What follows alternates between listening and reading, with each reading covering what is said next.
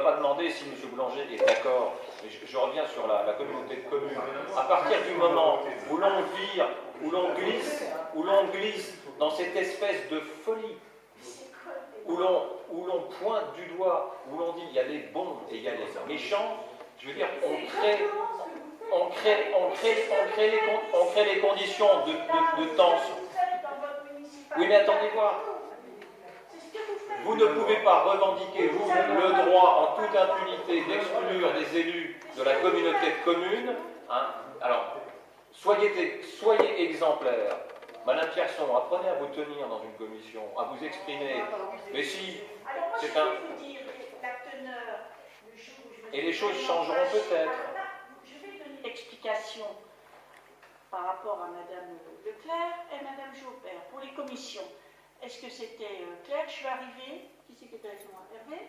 D'emblée, on va supprimer 5 000 €. Il n'y avait rien d'objectif, rien du tout. 5 000 € en moins pour les subventions. Est-ce que vous croyez qu'on peut être satisfait? Et c'était déjà décidé à l'avance. Alors maintenant, ça suffit. Il y a de quoi, des fois, se mettre un peu en colère. Mais Madame Pierson, vous avez le droit d'être... Je l'ai enregistré, Madame Leclerc, ne rigolez pas. Rigolez pas.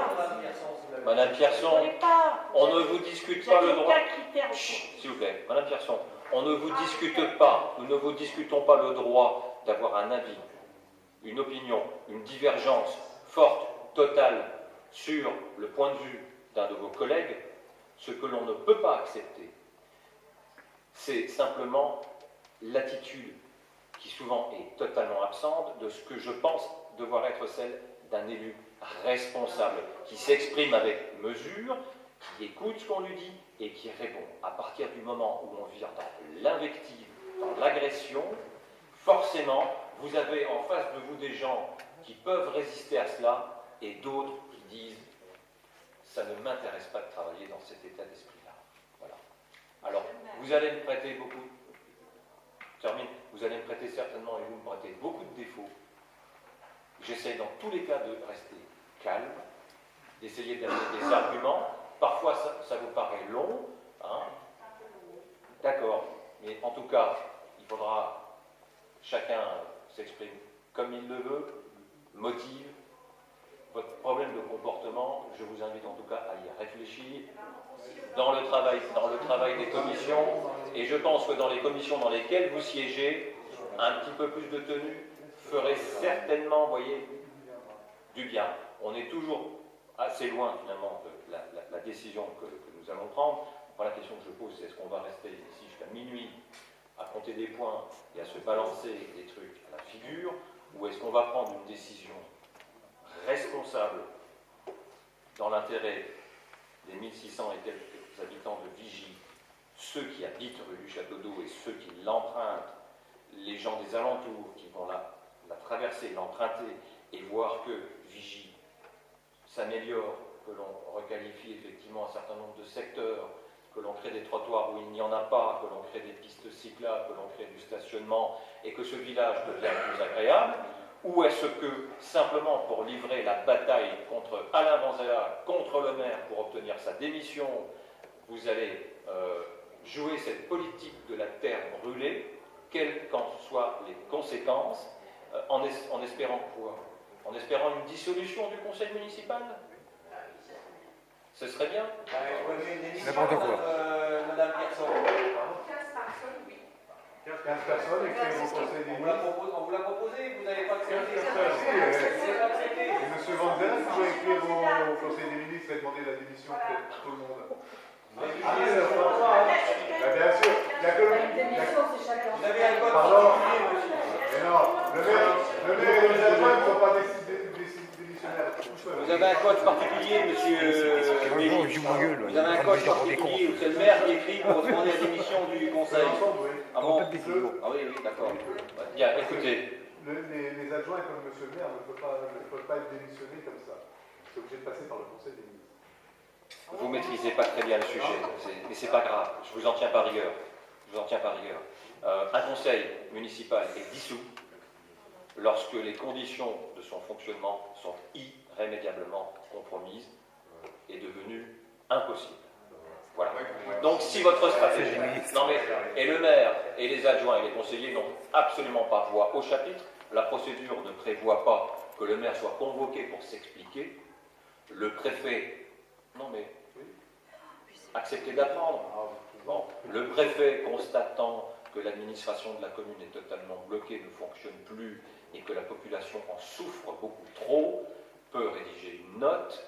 Hein, elle doit faire une page. Hein, c'est dans le CGCT. Je crois que Mme Pierson l'a acheté, donc vous le lirez ensemble.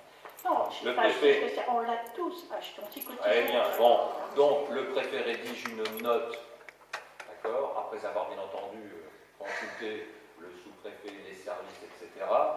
Hein, et transmet effectivement une proposition de dissolution qui est étudiée en Conseil des ministres, et selon, moi je n'ai rien à dire, personne n'a rien à dire, on n'est pas entendu avant, c'est pas contradictoire. Non mais, le maire, si, le maire est au même stade que le conseiller municipal. Si. Non, si moi je fais la demande, vous me mettez démissionnaire, c'est pas pareil. Non, mais c'est dans le cadre de la Non, attendez. Ça n'a pas Non, c'est grave. C'est vrai. Mais non. Si demain je vous fais une demande pour être démissionnaire, vous pouvez me démissionner sur le champ. Ah non, attendez. Un simple conseiller. Si demain, vous, Jean-Élie, me remettez votre démission, je ne vous... Par contre, vous démissionnez de fait, je n'ai pas à vous déclarer démissionnaire, je n'ai pas le pouvoir de vous déclarer démissionnaire, vous avez, vous, pris un choix libre de démissionner. On ne parle pas de ça, mais bien entendu, on parle d'une dissolution du conseil municipal prise par un décret en conseil des ministres et signé par le président de la République. Donc la dissolution est une mesure d'ultime recours, qui n'intervient qu'à la condition que le fonctionnement de l'administration communale soit totalement bloqué et devenu irrattrapable. Si telle est votre stratégie de bloquer, effectivement, peut-être que nous irons vers une dissolution générale que nous subirons tous de la même façon, le maire, les adjoints et les conseillers. Et donc, il y aura de nouvelles élections. Et effectivement, les gens choisiront. Voilà. C'est comme ça que ça se passe. Hein? Vous faites des leçons de morale à tout le monde. Allez-y. Non, je vous donne des infos, c'est pas de la morale, ce sont des infos. Faites preuve de courage, démissionnez, monsieur. Démissionnez-vous, hein? Tous, et comme ça partira bien. Votre notion du courage, Mme Pierson, est diamétralement opposée à la mienne. D'accord? Je considère aujourd'hui que je suis ici élu en tant que maire. J'ai été élu en 2008 et je poursuivrai ce mandat avec courage contre vents et marées, contre vos tempêtes, contre vos invectives, contre vos injures, contre vos diffamations, etc. etc. Bien. Donc, aujourd'hui, le courage, je pense qu'il y a 7 personnes qui en ont beaucoup pour tenter de continuer à avancer dans l'intérêt général des habitants, malgré une opposition farouche, pas toujours très constructive. Je n'ai pas de problème avec les divergences de débat, mais sur un problème comme celui sur lequel nous allons conclure, je ne vois pas en quoi il y a des positions qui pourraient être idéologiques. Je veux dire, on fait des travaux, ils sont utiles au village, ils seront là pour des décennies, ils sont financés pratiquement par moitié par le département. Je veux dire, c'est pas un débat, ce n'est pas un débat idéologique. On pourrait débattre de la pertinence de faire un stade de foot à 800 000 € au lieu de faire autre chose. Là, on pourrait avoir des débats. Mais là, on est en train de faire des travaux structurants de voirie et de VRD, hein, sachant que cette rue est quand même franchement loin d'être dans un état. On n'est pas en train de la refaire pour la 4e fois. On n'est pas comme certains villages voisins qui ont tant de capacités de financement qu'ils peuvent refaire les trottoirs pour 3 ans. Il n'y en a pas du tout. Du côté droit jusque chez M. Léonard, rien. Strictement rien. Depuis le foyer jusqu'à là-bas, il n'y a rien. De l'autre côté, voilà, c'est difficilement praticable. Les cyclistes passent où? Les gens sortent difficilement de chez eux, donc le programme il est simple. Avant de refaire la surface Il faut faire disparaître tous les fils propres, et une fois que ça s'est fait, eh bien, il faut un programme d'aménagement qualitatif. Mais là, c'est pareil. Je veux dire, il n'y a pas 50 façons de faire les choses. Il y a pas 50 façons de faire les choses. Vous êtes en train de dire que les gens, ils ont attendu, je ne sais pas combien d'années, ils peuvent attendre encore un peu. Là, parce que c'est le sens de votre... Non, mais c'est le sens de votre vote, hein, de toute façon. Ne mettez pas vos mots dans ma bouche. Ah, vous reprenez mes termes. C'est bien.